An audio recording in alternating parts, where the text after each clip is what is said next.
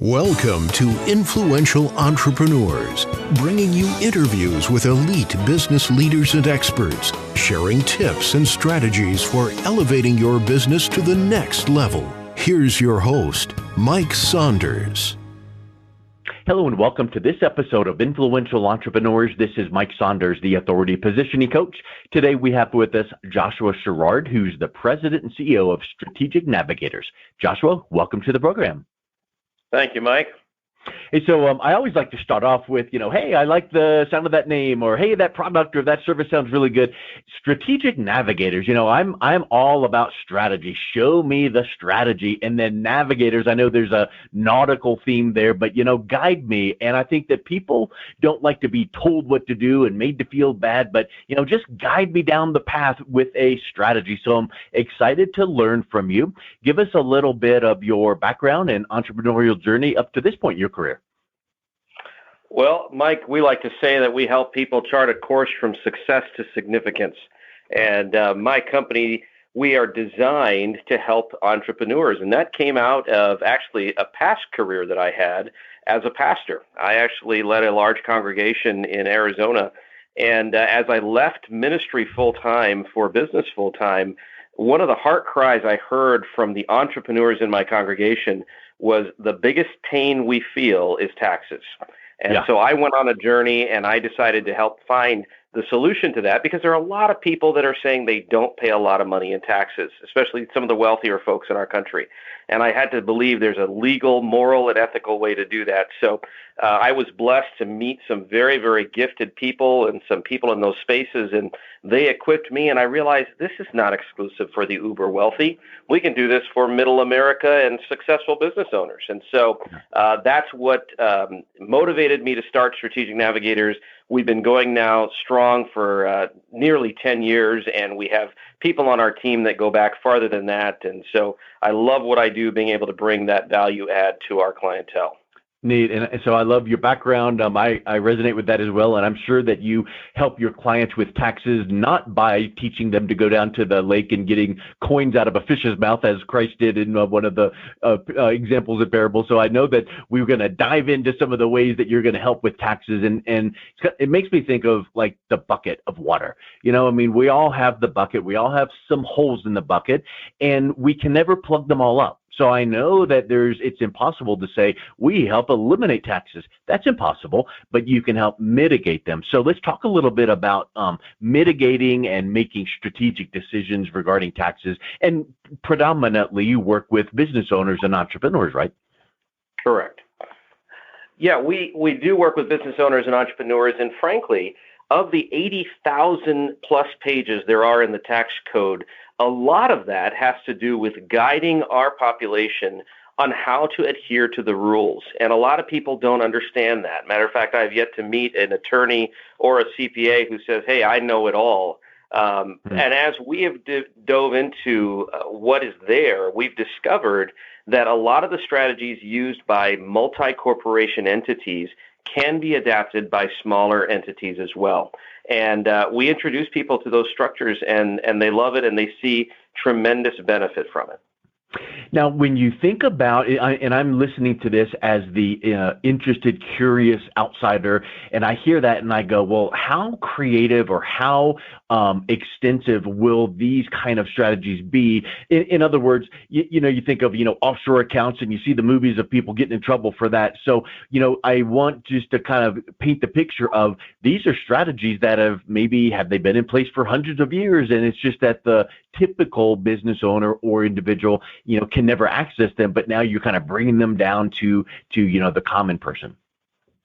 Yeah, well, I like to say, Mike, that I don't look good in orange, and I certainly don't look good in stripes, and so we don't go down that path. Yeah. Everything that we do is backed by case law, and in some cases, decades of case law. Yeah. We have thousands of clients, and we have been audited, and we've always come back no change. And that tells me that what we're doing strategically is completely accurate. And so some of the strategies that we use really have a lot to do with structure. And most of my entrepreneurs, when they got started, I like to say it's the peanut butter and jelly days. They got started, and they may have gone to an internet source or to a local CPA to get structured, and 20 years later, they have the same structure. And so they have not really grown with their own business. And, people go all the time to their CPA and they say, hey, what else can I do to save in taxes this year? Then it's usually after the fact. Yep. I like to call that rear view planning. They're looking in the rear view mirror and they're saying, how did we do and what else can we buy to save money on taxes? And I like to say that our team would actually prefer to look in the windshield. Where are you headed and what are you capable of in the next year? And now let's apply some of these structural strategies that may fit you better and be able to save you significant money on taxes. Yeah, not that we're going to ignore the rear view, because when you're driving, looking through your windshield, you're glancing up at your rear view mirror, assessing and making sure what's behind. So you always do that, and I really like that word picture, that example. So I know you focus on and do a lot with business transition. Talk a little bit about that and how that can work with tax-favored or tax-free kind of strategies. Yeah, one of the biggest pains that people go through is generational transfer of businesses. Yeah. And, it's completely separate from generational transfer of wealth. That's a different conversation. But really, if somebody opened a business, I've worked with a lot of dads and moms that started business in the garage, and now it's a multi-million-dollar enterprise, and they're trying to pass it on to their kids. And they're looking for ways to do that in a tax-efficient manner.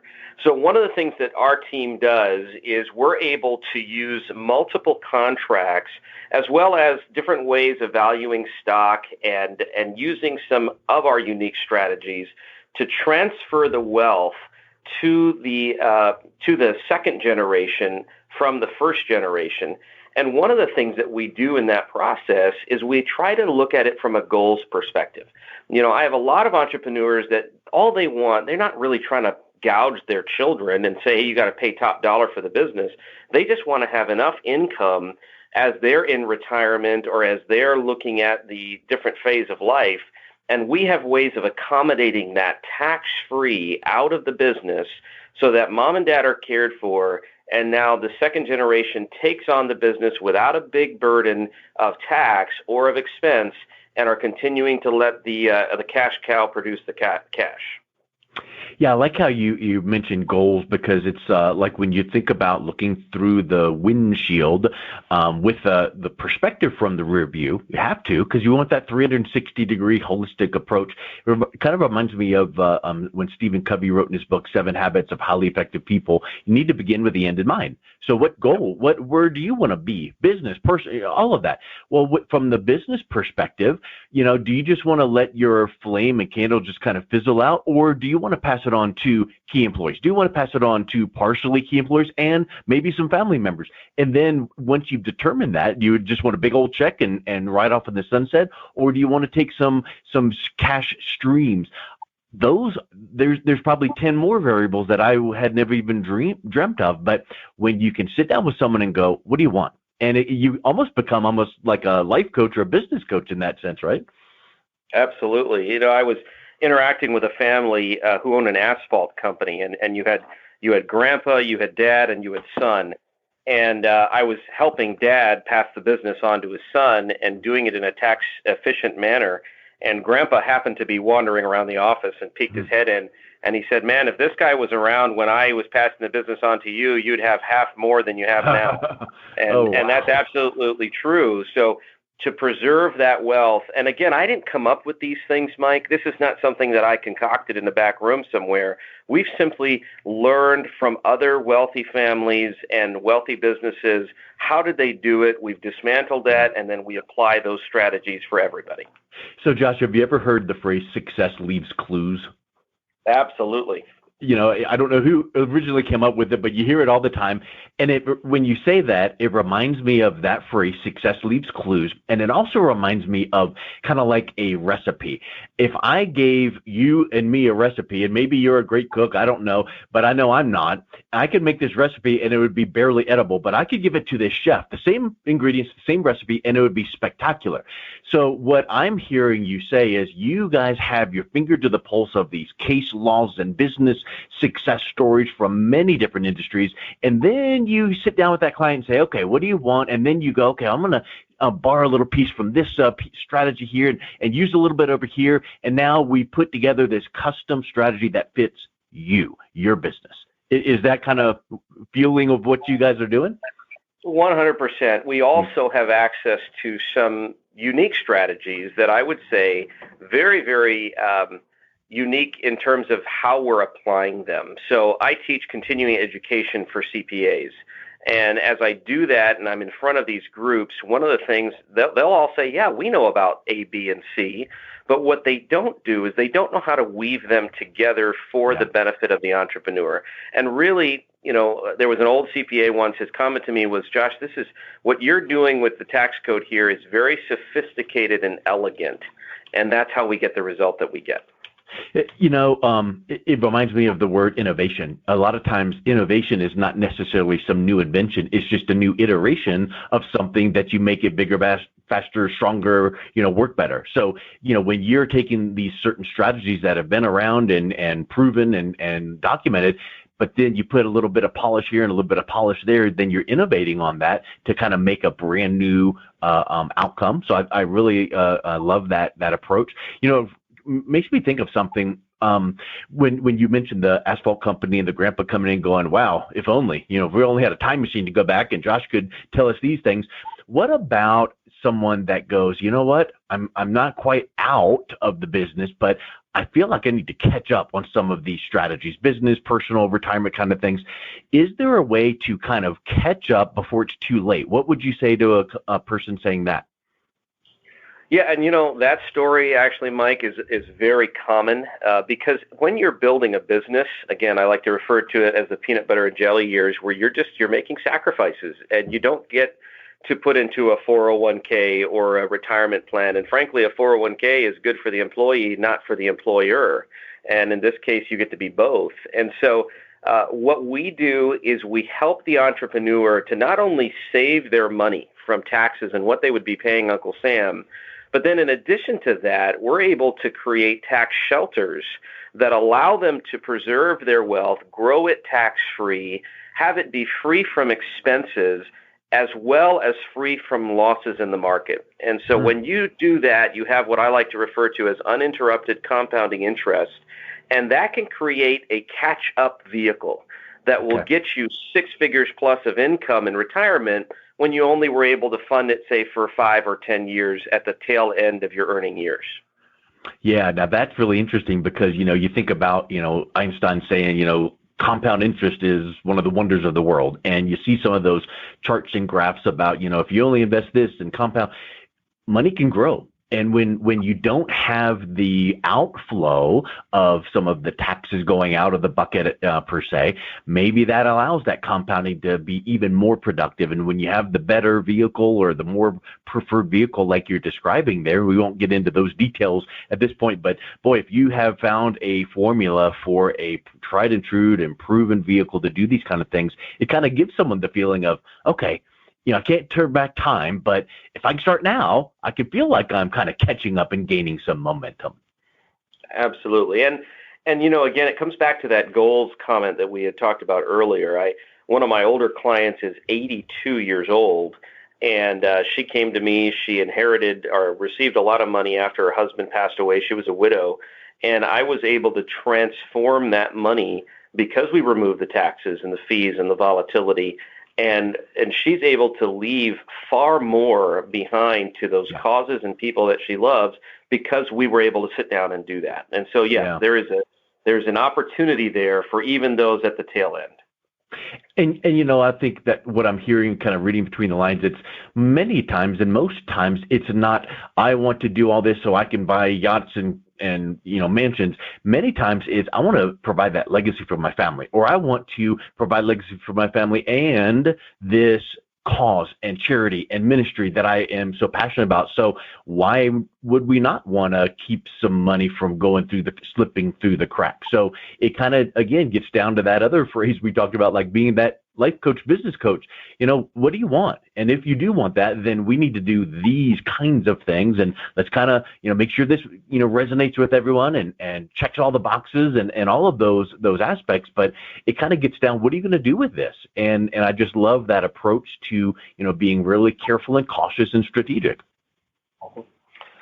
Yeah, that's such an important piece. Is there's a reason I like to say money needs to have a home, and really there's the home can be a Lamborghini or the home can be a orphanage or a charity, and you can make those decisions. I don't have any issue with enjoying the fruit of your labor, but I do think it's very gratifying to be able to do things for others and to be able to expand that and really make a bigger splash, with what we've been given. Yeah. When we're talking about some of these businesses and depending on the size, there's probably a lot of moving pieces. You don't just have, grandpa and or son and 2 or 3 decision makers. Many times I think you would have some attorneys and maybe several CPAs and so many people that are involved in the decision making and advising. So talk a little bit about how you guys serve a company that might need all of that. And maybe do you provide all that as a one-stop, or are you able to kind of integrate, oh, you guys need this and this, we've got these, but you already have we can work all together and kind of, have everyone lock in arms and move in the same direction? Yeah, I'm glad you asked that. We actually, we call ourselves kind of a mini family office. We offer a number of different services, everything from setting up trusts and wills to the tax planning we've talked about, to we have an entire nationwide accounting firm under our umbrella. And to have all of that working together, I like to say that I kind of feel like I'm the conductor of a symphony. Yeah. So you've got all these special instruments that are playing their piece, but if they're all not playing the same sheet of music, we have a problem. And so I try to get everybody kind of lined up, and over the years, I found it was best to bring all that under one roof, and that's what we do. And so our service does include all of that, but I am sensitive to the fact that some people have just built some lifelong relationships, and I want to foster that and continue to build bridges, not burn them. So I am willing to work with anyone as long as they're willing to work with me. And if somebody comes to me and says, hey, Josh, I've got this CPA that I have loved for the last 20 years, I will sit down and I will educate that CPA on our strategies. And who knows, maybe he wants to be a part of our team too eventually. Yeah. So we have a lot of great opportunities there, and I've grown my network of resource just because we've kept that open-minded relationship mentality. I love that. And when you mentioned Symphony, I'll kind of wrap up with this thought because I think I love word pictures and analogies, and I guess many guys do. But my wife and daughters and son all are just spectacular musicians, and they've got this ear for music. And when you say you're the conductor, you need to be a precise conductor, because if you just stand up there and wave your arms, that's not doing as much. But if you can hear that in the string section in measure 4, they were off a beat or what, now all of a sudden you can tell when something's off, because I can sit in an audience and listen to a piece in a symphony and go, wow, that was awesome. And then on the drive home, my wife and daughters are like, oh, but did you hear it? I'm like, no, I didn't hear any of that at all. So I guess what I would say is, people can say the words, oh, well, we bring everyone together, but unless you fully are realizing where you're heading and you know exactly how each piece must work together intricately, then you're really not that conductor. And it sounds like you've got your finger to the pulse of making sure that everyone is playing in tune to each other, per se. That's so true, Mike. And there's actually 2 little tidbits with that I would add. One is timing. Really for anybody that's looking at their business, whether it's business transition or even taxation, timing is a really big deal. And, you look at the time value of money, that plays in as well. So a conductor needs to know the timing. And that's a big part of how we work with our clients, with who they have at the table. The other part is translation. I can't tell you how many of my clients have sat down with their attorney or their CPA and walked out of a meeting and said, what did that guy say? Right. And so I play the role of translator, and I have had the privilege of working with some of the best attorneys and CPAs in the country. And so what I like to do is be able to bring it to layman's terms and to converse and to have that conversation going with the client. And I think that's a real value add to our team. 100%. Well, I tell you what, Joshua, I really am appreciating the way that you're just putting all this together really clearly and concisely. If someone's listening to this going, you know what, let me just kind of reach out, connect, learn a little bit more, maybe see what you could do for them. What's the best way they can reach out and connect with you guys? I would suggest that they go to our website. You can find a lot of information, stratnavinc.com, and of course they can reach us by phone or by email. I'm a real personable type of person, so I'd love to just have a conversation and even come out and visit if it's worth everybody's time. So I would love to connect, and we open ourselves up nationwide to any of the business owners who have a tax issue or are looking for any of those services that we talked about. Excellent. Thank you so much for coming on, and it was a real pleasure talking with you today. Likewise. Thank you so much, Mike. You've been listening to Influential Entrepreneurs with Mike Saunders. To learn more about the resources mentioned on today's show or listen to past episodes, visit www.influentialentrepreneursradio.com.